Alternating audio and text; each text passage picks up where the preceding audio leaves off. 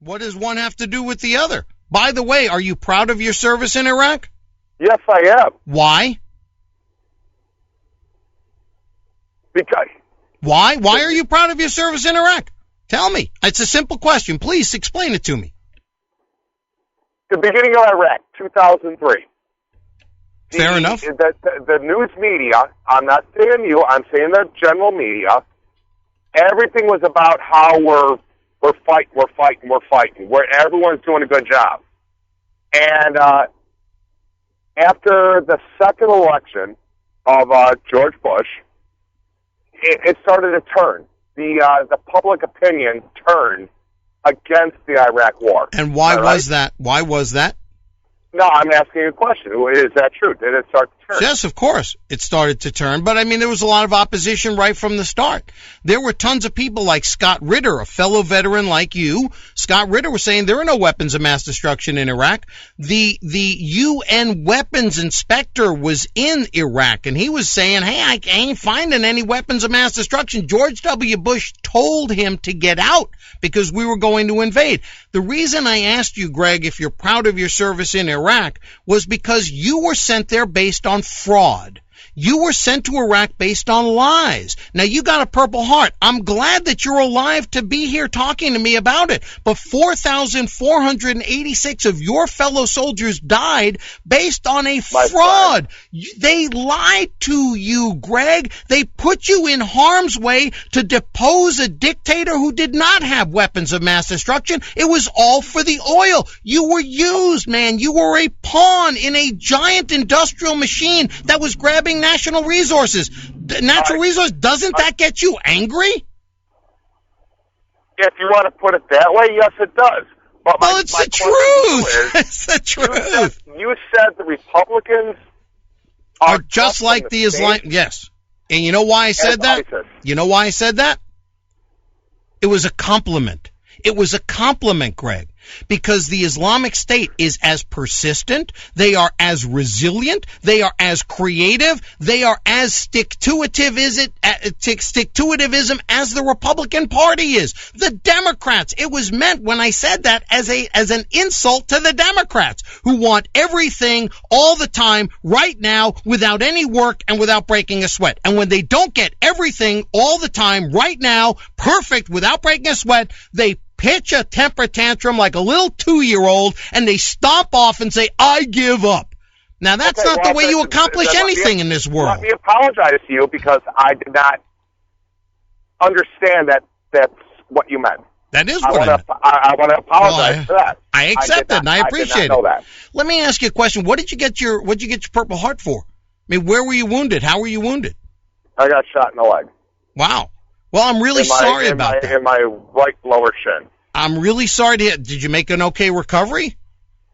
Well, it's got a little scar, but yeah, I'm okay. I mean, did the VA treat you okay? For the most part, yeah. Okay, good. I really can't complain.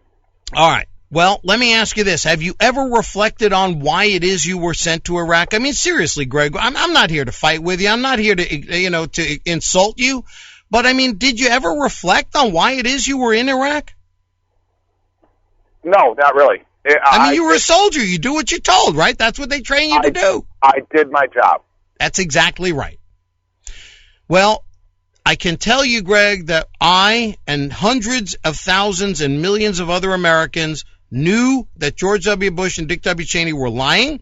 We knew because we listened to Scott Ritter, who was in Iraq and said there were no weapons of mass destruction. We were listening to the UN weapons team that was saying there's no weapons of mass destruction. There were massive marches in New York, Los Angeles, all the big cities, and I was participating to say, no, stay out. And there were signs everywhere, and I was taking pictures of them.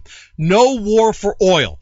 It has now been documented, Greg. It has now been documented through videos, through recently released documents, that the George W. Bush administration was always going for the oil, and they just used the weapons of mass destruction as an excuse to trick people. And Paul Wolfowitz, one of the top guys in the State Department, admitted that to Congress, like within months after the war started, after the invasion happened.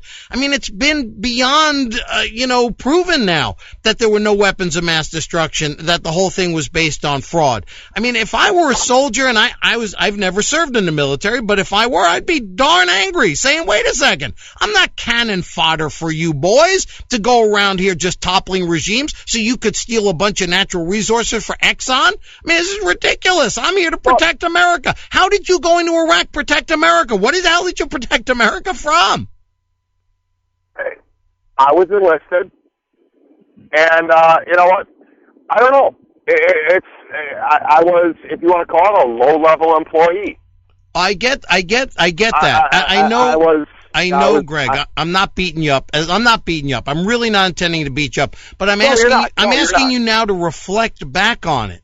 Please reflect back on it. And look, Greg, I do appreciate your service. I would appreciate it much more if you were actually defending America. Saddam Hussein was no threat to us. He had nothing to do with the September the 11th attacks. I mean, I've even got George W. Bush on audio saying that, and I'm looking for it right now. And I'm going to play it for you. In fact, here it is. Just stand by one second. No. I'm not here to fight whether the war was good or bad. I was calling because of the comment you made when you said, and you explained why you said it, versus ISIS versus Republicans. And you explained it, and I understand it, and I get it. Okay. That's why I'm going to give you my apology for calling up, and I was being irate with you. Well, Greg, I want to say I'm sorry. I appreciate it. I do. And I do accept your apology, and it's really not even needed. But, I mean, please, and by the way, the first hour is always free at our website, free and commercial free. You can go back, if you'd like, you can go back and listen to my comments, and I think you'll understand that in context, what I was saying was, I actually admire the Republicans for their perseverance. Greg, do you know my life story? And I'm not going to tell it to you if you don't, but I can give you the super fast summary and make my point very quickly. Do you know my life story? Say again? Do you know my life story? No, I do not. I was an orphan at age 11. My mother died 3 days after I turned 5. I grew up in a rat and roach infested hovel in Brooklyn, New York. From age 11 to age 17, I was in orphanages. I didn't have 2 nickels to rub together. I literally didn't have 2 nickels to rub together. My life, me becoming an attorney, me making something of myself, getting this show going, is an example of perseverance. I never gave up. I made mistakes along the way. Oh boy, do I have regrets. I have hurt people. I have made mistakes. I have screwed up, but I never let that get in my way. I always plowed forward. I offer myself humbly as an example of the way we all ought to be. Because I don't concede the future. Greg, I refuse to give up on the future. The future can be better. And I have believed that if you work hard and if you keep your nose clean and you just keep plowing forward and just, stay ethical, don't trick people, don't lie to them, just work hard, get educated, you can make something of yourself. And just because you lose today doesn't mean you're going to lose tomorrow. My life is a living testament to the power of perseverance. And this is what I keep telling all my fellow Democrats is you can't give all my fellow everybody's never ever give up. Greg, with that, I got to move along. I didn't mean to beat you up, but look, this is our conversation. All right. Thanks very much, Greg. And you are straight ahead at 1-888-321-6001. Guess what? I've got a senior legal analyst segment that you're going to love in 15 minutes where justice is served. The Norman Goldman Show.